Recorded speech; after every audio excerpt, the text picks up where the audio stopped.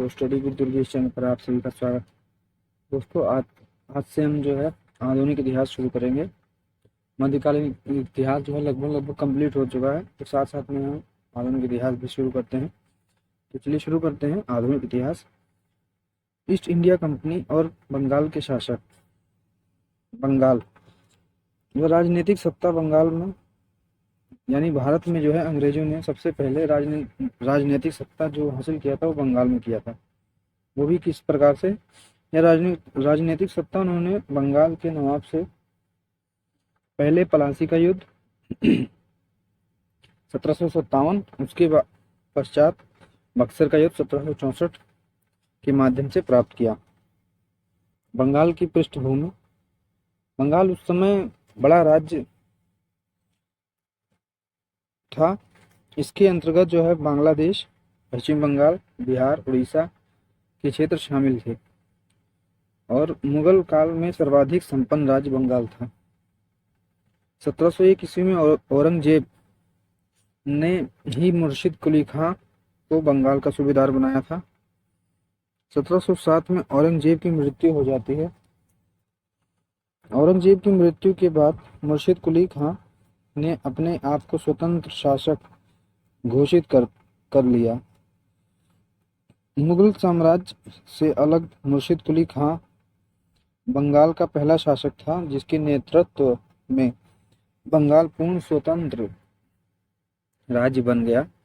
औरंगजेब की मृत्यु के बाद मुर्शिद कुली खां ने बंगाल की राजधानी ढाका से हटाकर मुर्शिदाबाद में स्थापित की। मुर्शिद कुली खां ने बंगाल में नए भू राजस्व का सुधार लाया, यानी भू राजस्व में सुधार लाया। मुर्शिद कुली खां ने नए कुलीन वर्ग का गठन किया भू राजस्व की वसूली के लिए, यानी जो कर था या टैक्स था उस समय का, उसको वसूलने के लिए एक जो है अलग वर्ग यानी कुलीन वर्ग का, जो उच्च वर्ग के थे उनका गठन किया।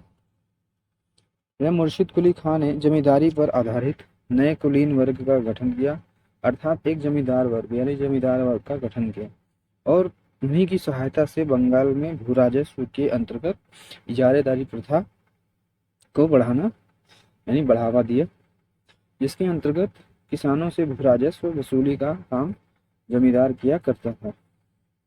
नोट है यहाँ पर एक, कालांतर में 1793 में जब कॉर्नवालिस ने अस्थायी भू राजस्व, जिसे अस्थायी बंदोबस्त भी कहते हैं, के अंतर्गत अस्थायी बंदोबस्त व्यवस्था का गठन किया।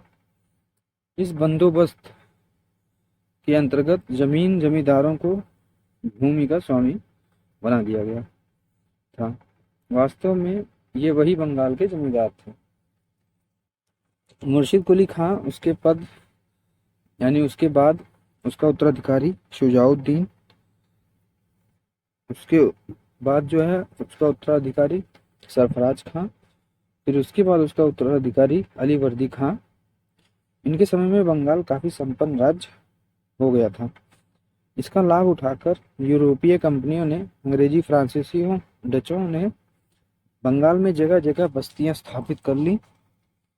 हुगली जो है सर्वाधिक महत्वपूर्ण था उस समय का, जिसमें हुगली जो है सर्वाधिक महत्वपूर्ण बंदरगाह था उस समय, अर्थात व्यापारिक बस्ती थी, लेकिन नदी होने के कारण बंदरगाह जैसी स्थिति बन गई थी। तो इन यूरोपीय कंपनियों ने बंगाल में जगह जगह व्यापारी बस्तियां स्थापित कर ली थी। क्यों? आइए इसको देखते हैं, यानी क्यों स्थापित की थी। तो इनका उद्देश्य भारत से कच्चा माल ले जाने का नहीं था। यानी शुरू में भारत आए थे तो इनका उद्देश्य जो भारत से कच्चा माल ले जाने का नहीं था, बल्कि यहीं से सामान खरीद कर ले जाते थे और वहां पर ले जाकर उनको अच्छे दामों में, यानी ऊंचे दामों में, लगभग 400 गुना दामों में बेचते। जैसे मसाले हुए और कपड़े हुए, भारत के सूती कपड़े, ये सब जो है भारत में बहुत ही प्रसिद्ध थे उस समय।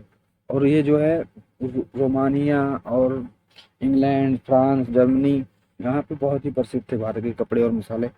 तो उनको ये यहाँ खरीदते थे और ले जाकर वहीं बेच देते थे अच्छे दामों में।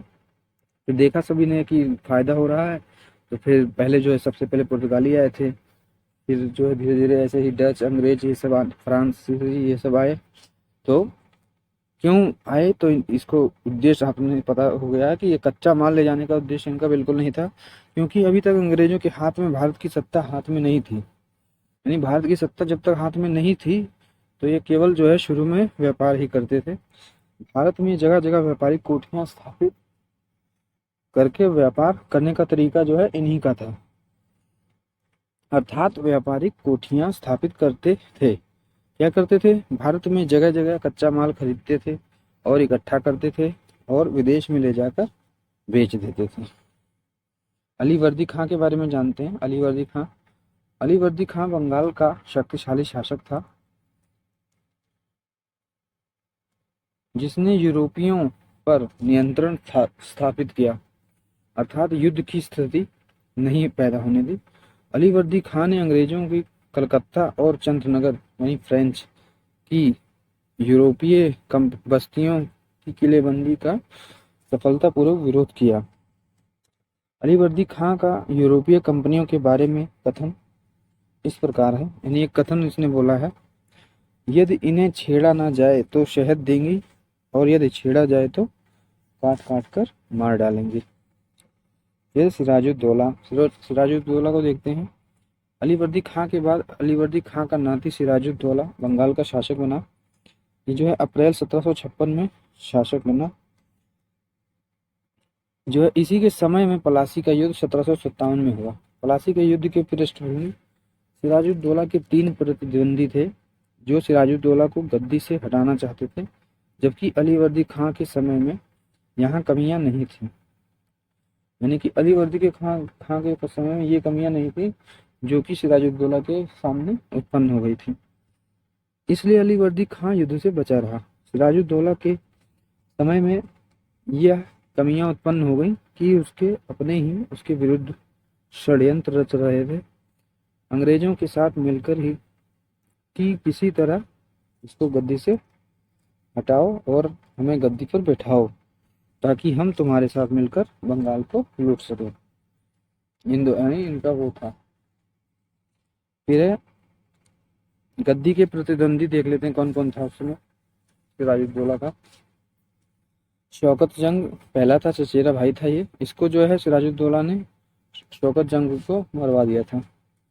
फिर दूसरी थी घसीटी बेगम, इसको घसीटी बेगम को सिराजुद्दौला ने जेल में बंद करवा दिया था।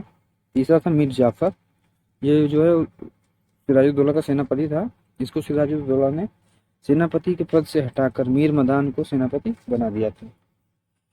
सिराजुद्दौला का अंग्रेजों के साथ 3 प्रमुख मुद्दों पर मतभेद बढ़ता गया। अंग्रेजों द्वारा नवाब के खिलाफ षड्यंत्र करने वालों को बढ़ावा देना। दूसरा था नवाब की अनुमति के बिना फोर्ट विलियम यानी कलकत्ता की व्यापारिक कोठी बस्ती थी को और मजबूत करना। 1707 में औरंगजेब की मृत्यु के बाद मुगल वंश में कोई ऐसा शासक नहीं हुआ जो अकबर या औरंगजेब के समान मजबूती रखता हो, अर्थात औरंगजेब के बाद अंग्रेजों ने मुगल शासक को कमजोर किया, यानी मुगल शासक जितने शासक थे उनको कमजोर कर दिया अंग्रेजों ने। 1717 में मुगल शासक फर्रुखसियर द्वारा अंग्रेजों को बंगाल में कर मुक्त व्यापार प्रदान किया, जिसे दस्तक कहा गया, यानी एक ऐसा परिपत्र जिसे दिखाने के बाद अंग्रेजों को सीमा शुल्क नहीं देना पड़ता था। यानी फर्रुखसियर ने ईस्ट इंडिया कंपनी के को दस्तक के रूप में एक परिपत्र मिला या दिया, इससे सीमा शुल्क रहित व्यापार होता था। इसका दुरुपयोग कंपनी के अधिकारियों द्वारा कर्मचारियों को बेचना तथा कर्मचारियों से को कर मुक्त व्यापार करने की छूट मिलना था। उसके बाद है कर्मचारियों को छूट मिलना था, जबकि दस्तक कंपनी को दिया गया था, ना कि कर्मचारियों को, जिससे बंगाल के शासक को राजस्व में भारी कमी हो गई थी। अंग्रेजों ने युद्ध करने की ठान ली सिराजुद्दौला के खिलाफ। अंग्रेजों का मुख्य मोहरा सिराजुद्दौला का जो है पूर्व सेनापति मीर जाफर बना। सिराजुद्दौला ने मीर जाफर को सेनापति पद से हटाकर मीर मदान को सेनापति बना दिया था।